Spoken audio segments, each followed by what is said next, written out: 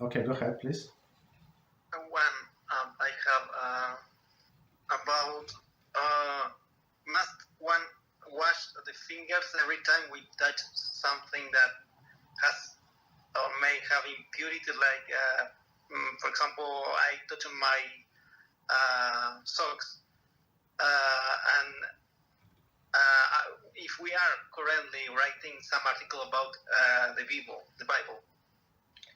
Mm-hmm. Okay, so Or okay, scratch the head.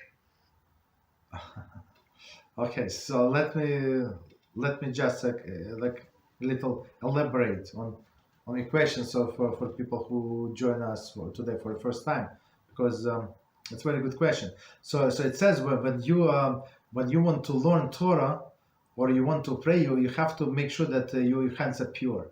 So from where do we learn? From Kohanim. When Kohanim were serving in the Beis Hamikdash, in a holy temple, they would purify their hands and their feet.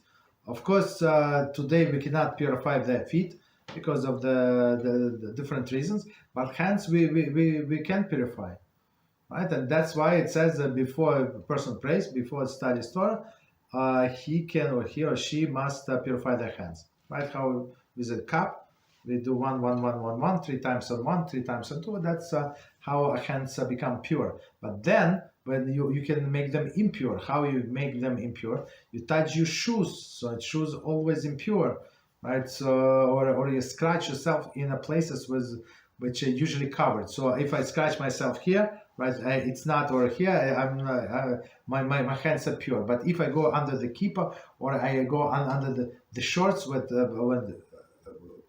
body is usually covered, then the hands become impure, right? Even if you just took a shower 3 seconds ago, you scratch yourself, and now you want to say blessing because you want to eat, you want to drink some water after the shower. I'm not sure if it's recommended. Cold water for sure not recommended. Let's say room temperature water, right? You want to drink, right? So you would have to wash your hands. You understand? So it's not about physical impurity, it's about spiritual impurity.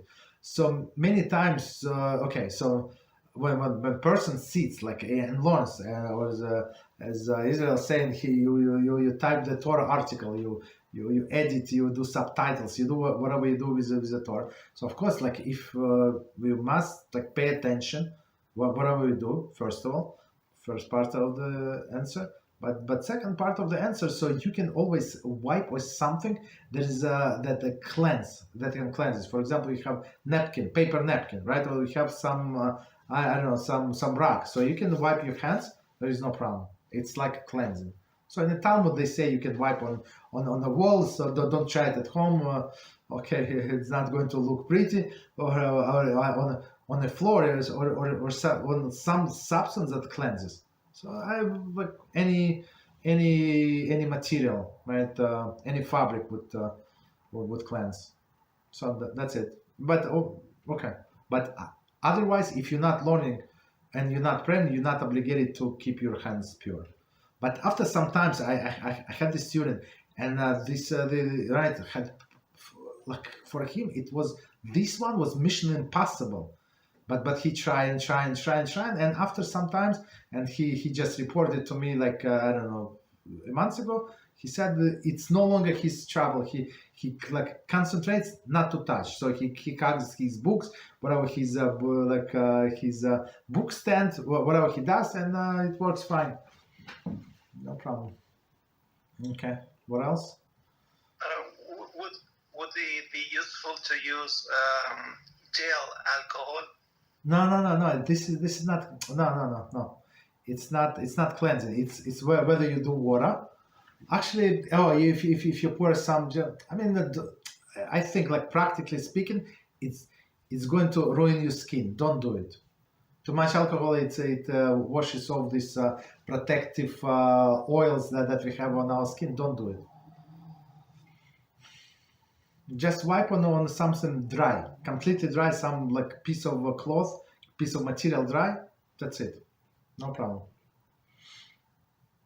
And do always two hands, not one hand. Okay, go ahead. Okay, thank you very much. You're welcome.